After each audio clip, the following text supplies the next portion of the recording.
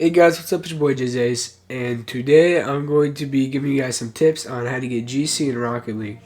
So as you can see in the bottom left corner here, last season it was my first season that I hit GC, and I was able to make it on the top 100 leaderboards for Xbox, even though I only had like 1550 or not even that much MMR. But yeah, I know it's not good, but to me it was an accomplishment. And I finally hit GC, and this season so far I am at. I did hit Div 3, almost Div 4 in standard, but I went down. But if you guys want to see me hit GC, I'm doing a Road to GC series, so I already got like 10 or something videos on that by the time this one comes out, so you guys can go check that out if you want to. But yeah, let's get right into the video. Another thing that I want to quickly point out is that if you are, like, I want to say under like Diamond 2, go check out my 10 tips on how to rank up faster in Rocket League.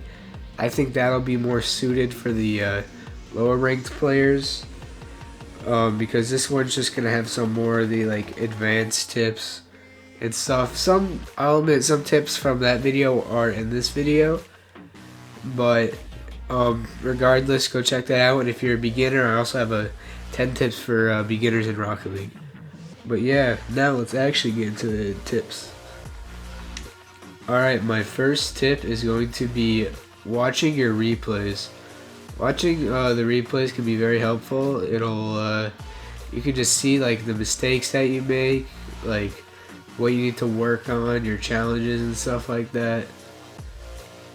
So like basically just after you, like, maybe if you lose a game or even if you win, just check like the replays, see what mistakes you made. Like right there, I could have definitely done a lot better job with my dribble, and I could have completely not missed that ball.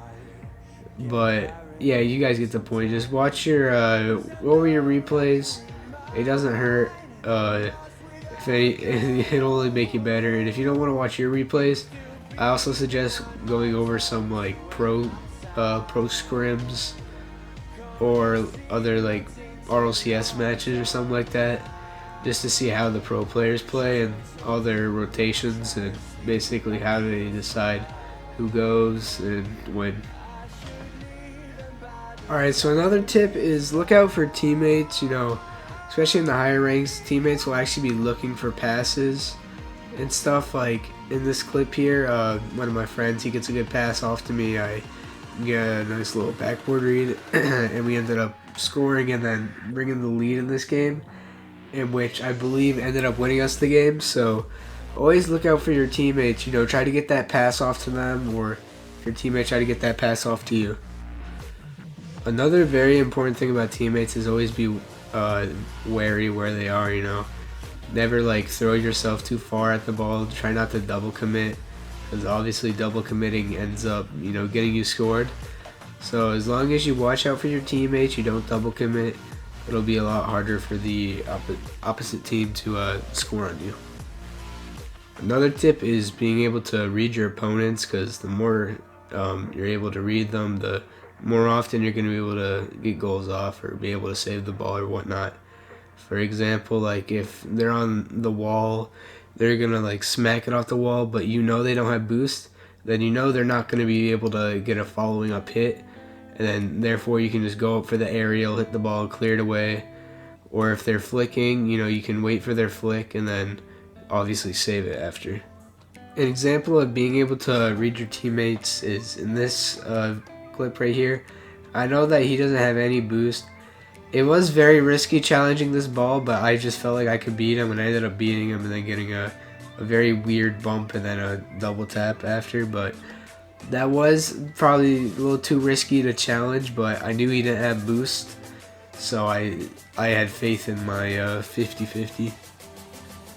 Another tip that I have is just take your time. Like, don't just throw yourself at the ball, because I know sometimes I'll find myself just throwing myself at the ball. Like if I see it, like the net's open for 1 second, I'm just gonna throw my car right at it. That's not what you want to do, because they could just be out of your field of view. They could be like right there to the left of you and you don't know, and then you can just end up like hitting the ball and then just them being able to easily save it.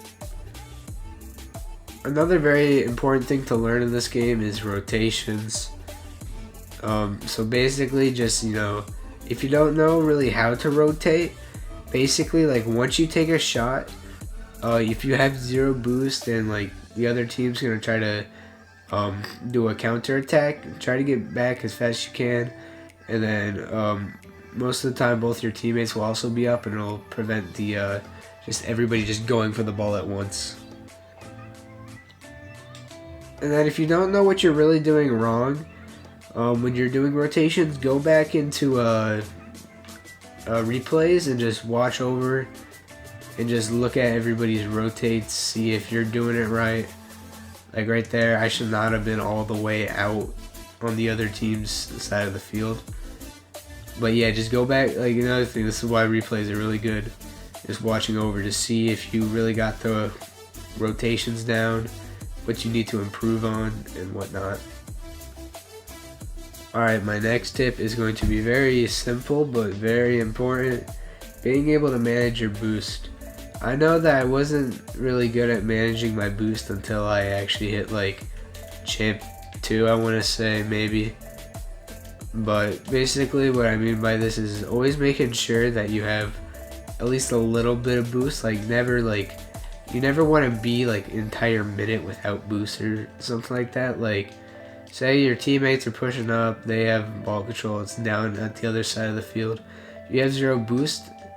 Most of the time you don't really want to go for these 100 boost pads, but if they're not there and you need to sit back by net to make sure that they don't get like a boom into your net, go for the tiny pads. Even if you're not sitting in net, like just go over the pads. It's a lot more easier to get boost by going for the pads than going for the 100 boost ones, just because everybody's going to be going for the 100 boost ones most of the time, and it'll also just give you just a little bit of advantage, and you might be able to get quicker to the ball than the opponent.